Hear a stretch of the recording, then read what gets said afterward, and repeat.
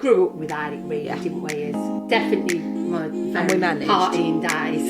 I'm so glad I'm not on social media, girls' holidays and all that. I just think, I suppose I've took that for granted, that I'm aware that no one has a perfect life. Welcome back to Her Circle with Nat and Maria. So we're now on to episode 2. Yeah. Yes. And today's episode is all about social media and what have we called it? Growing up without social media. No, we can't live without it. Yeah, that's it. Yes. So I think it's a huge subject. You know, we'll try and condense it as much as we can. Yeah. But I think that if our viewers are similar ages to us, or older, or even a little bit younger, you know, you will have probably gone through half of your life nearly without social media, or very little social media.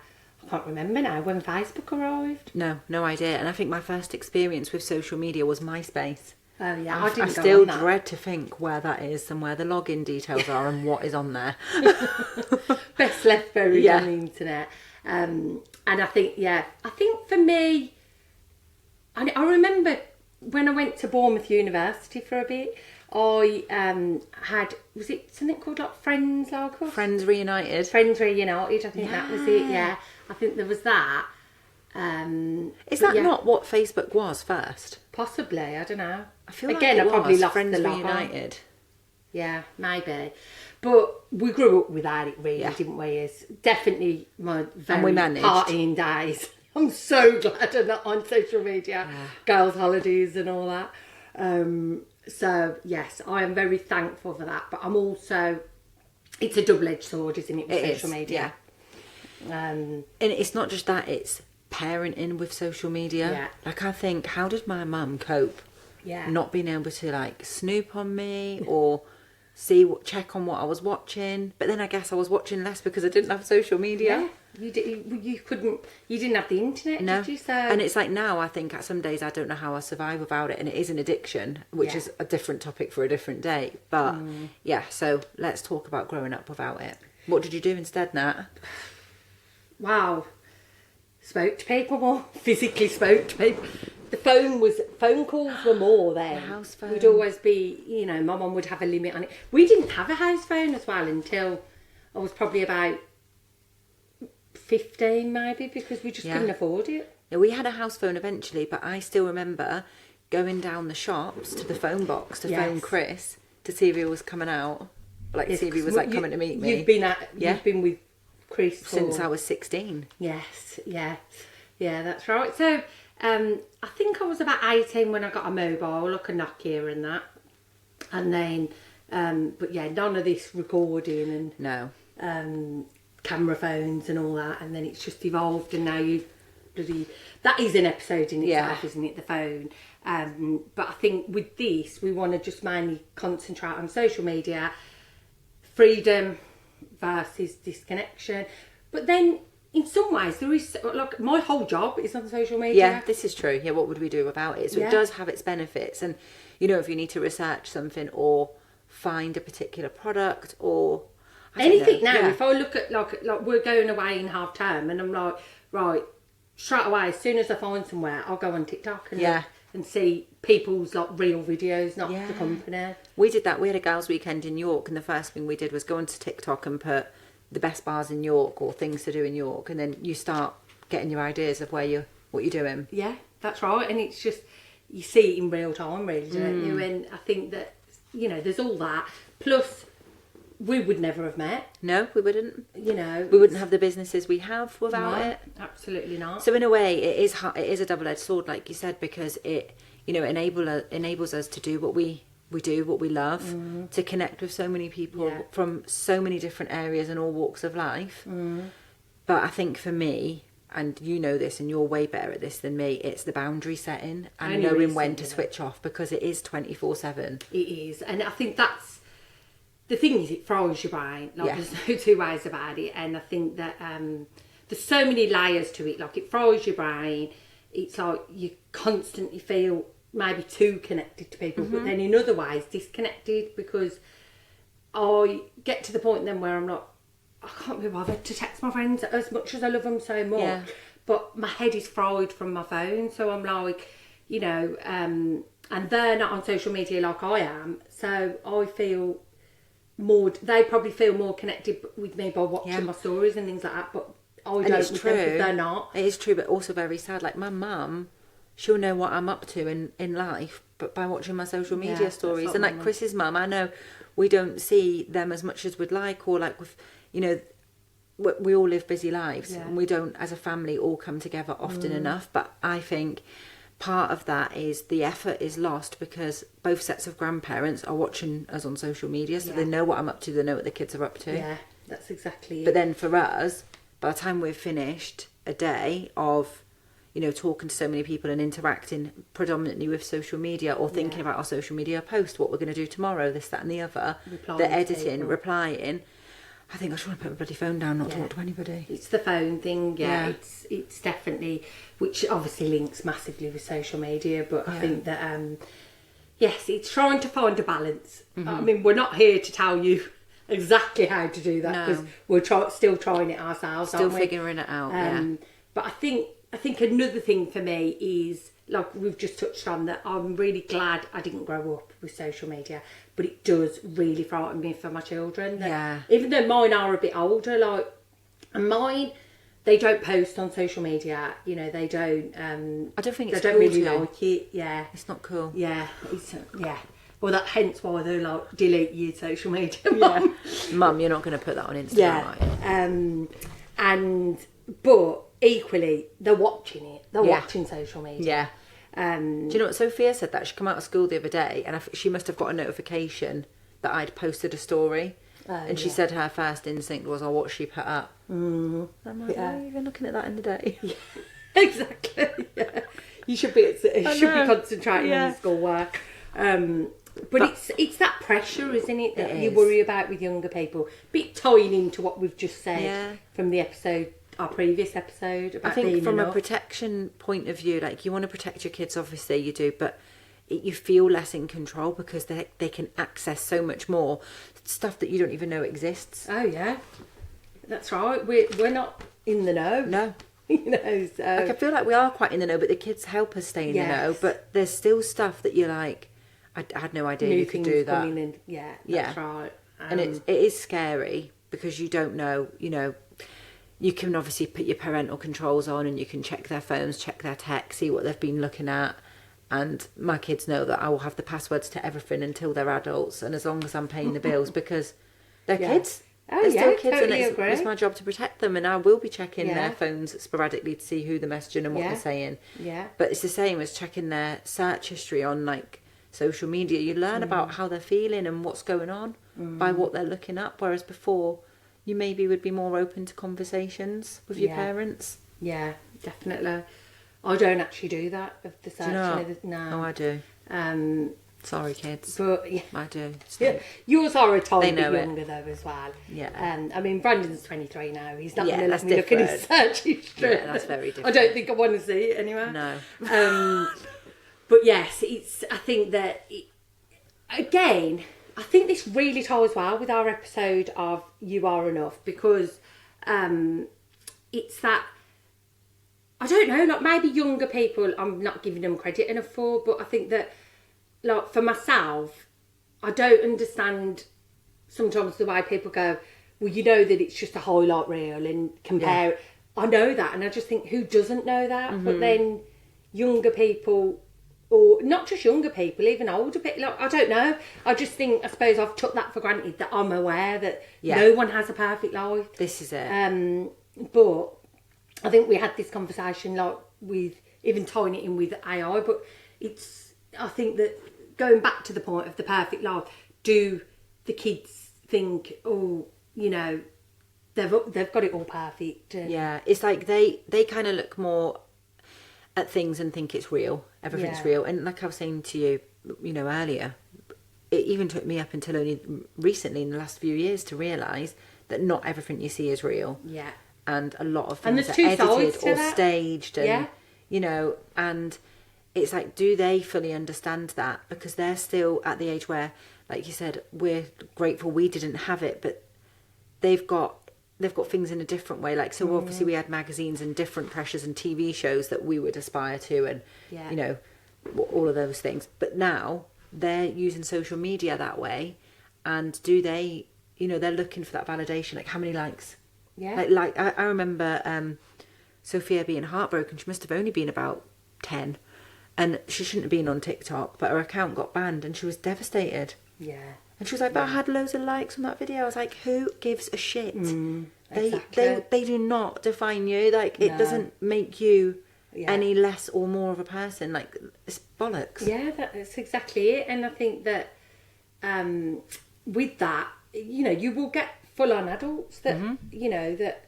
I mean, don't get me wrong, I feel like I've got skin like Rhino now, but I did, like, toughness. But when I first went on social media and that, I'd be like, oh, no one's like my thing, or, you know, it's like... And that's a full-blown adult, so I think that it's a lot, isn't it? People, it is a lot. You know, people can really put their worth into that. And then back to that with the AI thing, tell us that story about Gary Barlow. Oh my God, yes. So this is it. Like, people genuinely don't know what is real and what's not. So we were in Montenegro last year on a trip together, and there was the viral reel of Gary Barlow saying, I'm having a very nice time. And we were on a boat trip. And there was a storm. And it was a real horrific storm. We were literally sailing into the eye of a storm. I don't know what everyone was thinking. But it actually was really It was hilarious. Yeah, and there was this funny moment where I was on the boat and the wind was blowing and I was like, video me. And then I edited the Gary Barlow, like, meme onto it saying, this is my idea of a very nice time. And when I'd returned from a trip, one of the grandparents at my son's football, she said to me, oh my God, I can't believe you met Gary Barlow. And I was like, what? Yeah. What? Yeah. And I was like, that's not real. That's hilarious. But the thing is... She didn't know. Yeah, how is she to know? When you look at it, I mean, it was very good editing, but... Yeah, it's a compliment. How did, you know, it's things like that you just don't know. Yeah, I feel like we're in that generation where we are, like, I take that back about us not being in the know, but there's still new things that, you know, everyone, like, there's things that I probably do on the internet and the kids are like, you know, didn't know about that, but I don't want to know. So nothing weird, that sounds weird, but, you know, I do think that we're sort of the pinnacle age of people that are really on social media and sort of understand it, but then we didn't grow up with it. Yeah, I feel like we're in that middle, aren't we? Whereas there's people above us that are still... Yeah, like my mum, so I don't really know how to... Because I'd be like, why don't you just have a look on Instagram and find what it is you're looking for? I don't really know how to use it. Yeah. I don't know how to We probably had the internet we from grew a younger with age. it. Yeah. Yeah. Whereas obviously younger people, they only know that. So yeah, it's like, that's it. I think you do see it, don't you? That, like, once our generation has gone, it's quite sad. But so I think it is frightening with that, because I've got to admit, I mean, I use ChatGPT every single day now. Same. I was so against it at the start, but it's like, it helps. Don't cut your nose off to spite your face. Yeah. I know I saw this thing on Instagram the other week. A woman had done her food shopping with it. And I don't mind doing the food shopping, like going to do it or doing it online. My biggest bugbear is, what are we eating for the week? Because then what's my list and what am I buying? Yeah. That's the thing I've not got time to think about. And this woman was like, revolutionary, here's a tip for you. Go into your ChatGPT, say to it, I need a meal plan for 5 nights a week for a family of 4. This is what we like and dislike. We've got football on a Wednesday night, so dinner needs to be ready. I shop at Tesco. And and I tried it. It blew my mind. Really? It gave me a menu for the week. I said I want my meals to be 600 calories max. I don't like fish. It needs to be quick. The kids need to eat it because we're not making 2 dinners. What can I have? It gave me a week's worth of dinners. And then I said, right, I shop at Tesco. What do I need to buy? And it calculated all of the ingredients for all the things, literally, right before my very eyes. And I was like, it's incredible, isn't unreal. it? So I think things like that. But there was people commenting on this post where the woman had suggested you do this, and they were saying, you're never going to be able to think for yourself. And I think, if something is going to make your life that little bit easier, and it gets you through one of their mundane mum tasks much quicker, why are you not going to just get with the programme? Yeah, that's right. And I think, you know, I was watching something the other day and it was talking about like it'll save teachers a lot of time because they can plan their lessons. Yeah. And, like, sort of the mundane things. But again, it's a catch-22, isn't it? Is, because I've always sort of prided myself on my social media, my post of what I it's write very from much me. you, yeah. But what I tend to do now is I'll still write it myself, but put it in ChatGPT, and it's just a lot clearer. Yeah, that's kind of what I do. I'll say this is my message. I'll write out the message. I'll say, but can you make it more concise? Because I'll waffle on otherwise. Yeah, I and do I think, too. does that sound right? I do too. So yeah, I think it can be really helpful, and like actually with me doing this new course, it's like you know, you cannot use AI, and really in that you are cheating yourself, because if you're learning something new, you've got to learn it. But there is definitely a huge place for it as well. Yeah, there is. And it's like anything, isn't it? It's having the healthy boundaries, knowing when it's not appropriate to use it to write, you know, your Valentine's message for your husband's card. Yes. That is not appropriate use. No, it is not. I would never It's got to come that. from the heart. Exactly. But, you know. It sounds like you've already done it to get ideas. No. But yeah, it's like anything, isn't it? It's having healthy boundaries and knowing how to use it as a tool and when it's enough. Yes, totally agree. But yeah, you've got to move with the times, and, you know, if you can streamline where you can. Yes. But back to AI with that, it is still scary, especially for all of us. Yeah. And it's only evolving more and more the way, you know, I've watched where it's someone, you know, someone famous and they're talking, but it's not them. Yeah. And I'm like, Jesus, like, yeah, you've just got to be really careful with stuff like that. That actually, it could put me off the person thinking I don't like them. Yeah, but it's scary, isn't like it? they didn't actually say that. That isn't the truth. So, yeah, you've got there was like there was a drama, was it either on like a BBC drama or a Netflix thing, and it was a guy that had been AI'd, and it was the whole way through it, and he was like watching it thinking, how have they got me on that TV show, like on the breakfast TV doing an interview, saying stuff against my beliefs and against Was this true? Yeah, no, it wasn't, but it was just showing how scary AI is. So you've just I think it's just teaching. All we can do, we've got to move with it. It's here to stay, I believe, and it's only going to get better and better. But it's teaching your children, like everything, that, you know, don't take everything at face value and live in the here and now, like be in real life. And this is why I think we need the boundaries more and more. Yeah, it's one of the reasons I really started practicing meditation, because I think it's needed in this chaotic life so much more to be present. Yeah. And I know a lot of the times I'm not anymore, which is sad. I know, and I know I'm really not. And this is, you know, I've spoke to you about this a lot personally. It's something I really need to work on. And like your post yesterday on Instagram about not being on the phone the minute you open your eyes, and I think that's me. I read it and I thought, I literally walk down the stairs at 6:15, my alarm goes off, I'm straight, my phone is straight in my hand to turn the alarm off. Yeah. And that's it. That's why the I've got first a thing I do. alarm in my room. And I think that is not healthy. Yeah. Like that, the reason I get up half an hour earlier in the morning is to have my me time before I start the morning routine with the kids. It's now just Whereas now it's become a habit to look at Instagram, reply to any messages, and think, what am I going to post today? When really, who starts work at 6:30 in the morning? Exactly. Like I should be waking up and giving my body time to wake up. And it does really affect, like, it basically puts your body into like alert from the minute you wake up. And I feel like that is why I am like the way I am all day, every day. I'm like high alert. Yeah. I've just actually bought us some calming cream for you. Yeah, I'm really excited to try that tonight. Yes, the magnesium. Chris will be excited for me to try it because I'm constantly like kicking my legs. Yeah, I find that, and Sharon before gave me the magnesium spray, and that's what made me realise that it can really help. So, and it's just it's just like a self-care thing as well, isn't it? So, apologies for this sun. We are going to be getting blinds in here. So, it has been annoying. I said to Nat, I feel bad. We're moaning about the weather all the time, and it's a glorious day today, but it's been a real inconvenience. It really has. So, yes. Anything else we want to speak about with this? I think it's just with social media, knowing that, you know, taking everything with a bit of pinch of salt and not letting it control how you're feeling.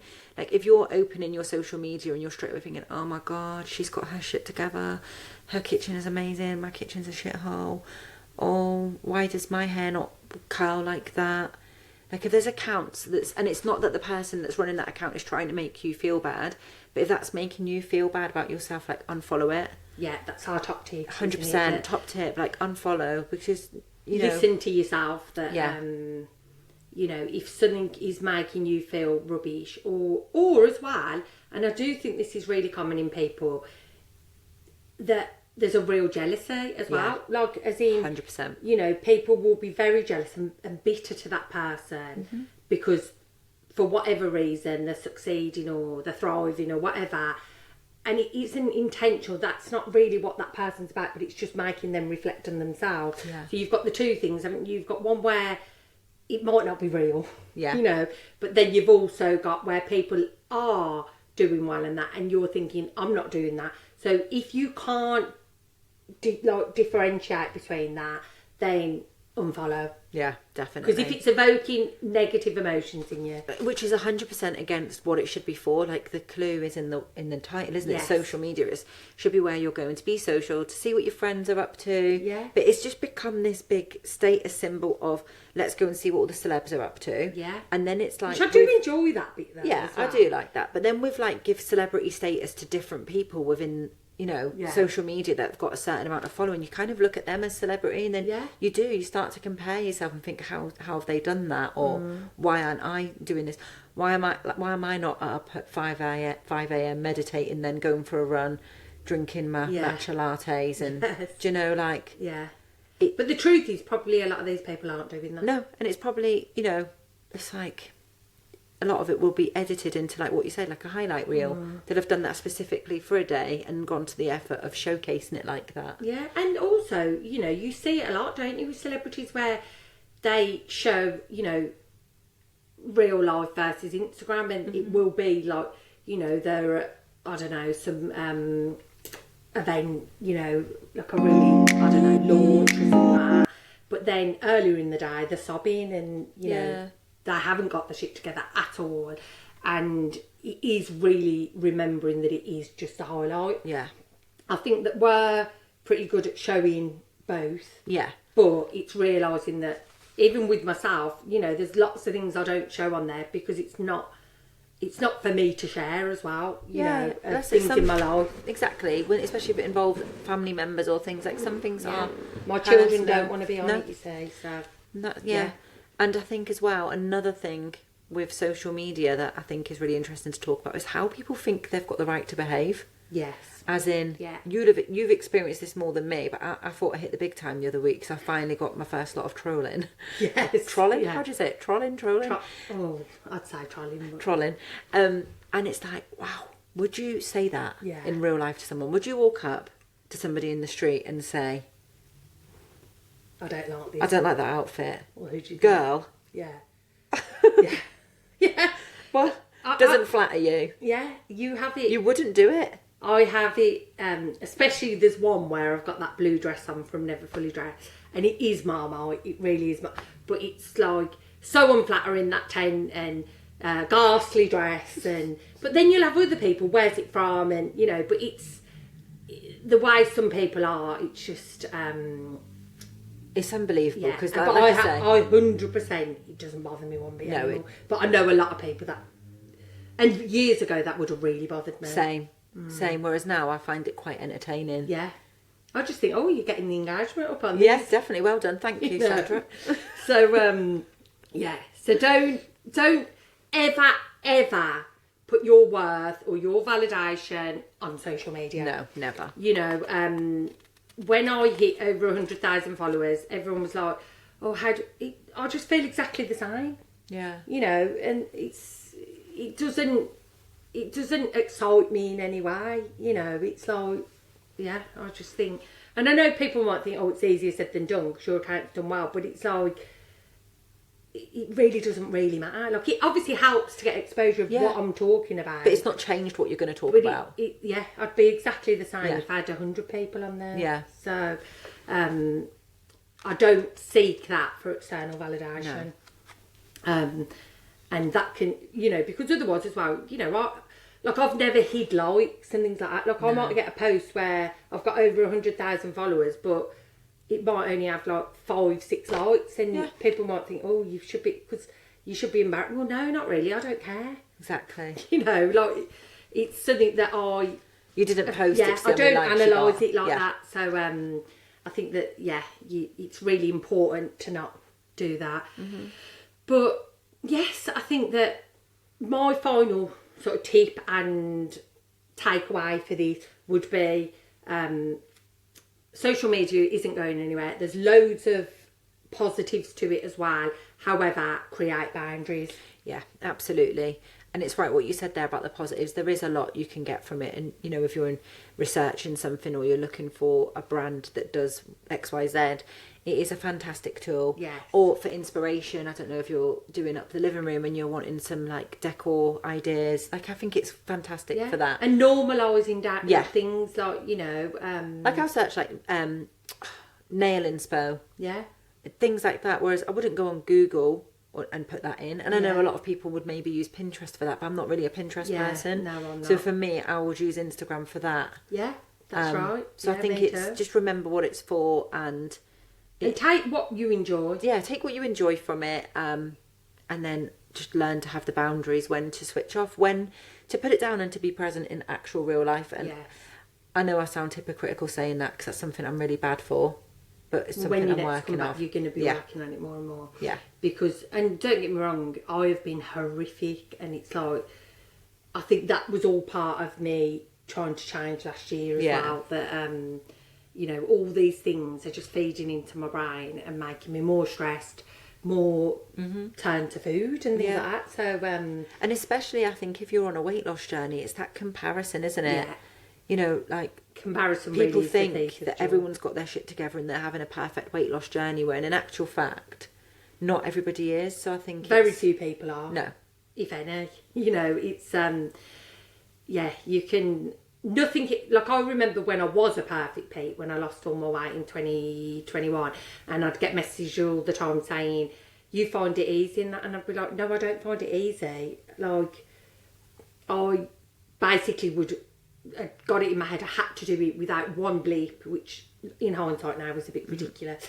But, you know, I still didn't find it easy. I'd still have days where I'd be really crying because I didn't know how to deal with my emotions without food and drink. And, you know, just because someone's succeeding doesn't mean that they're finding it easy in any part of life. So, yes, I hope you enjoyed that episode with us. It was really nice. Yes. Yeah. It's food for thought with us. Like, I'm really enjoying doing this. So, I really enjoyed that. Me too. Do you want to give a teaser on the next episode? Yes, so our next episode is all about the mental load. It sort of flows in pretty well, and why women are exhausted as fuck, basically. AF. Okay. So, yeah, tune in. Bye. Bye.